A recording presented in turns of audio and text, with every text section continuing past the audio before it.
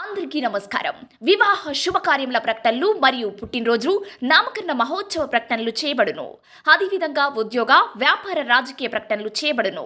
ప్రకటనలు కావలసిన వారు మన మన్యం 2021@gmail.com ఈమెయిల్ ద్వారా మమ్మల్ని సంప్రదించగలరు.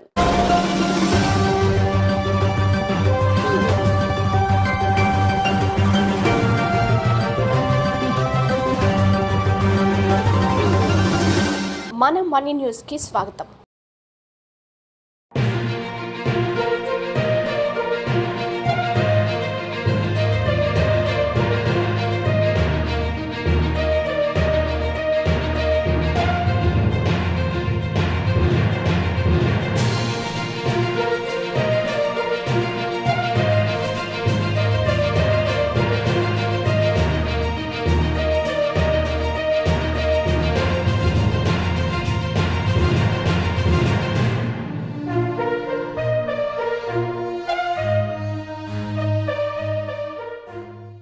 అందరికీ నమస్కారం. ముందుగా వార్తలకు స్వాగతం.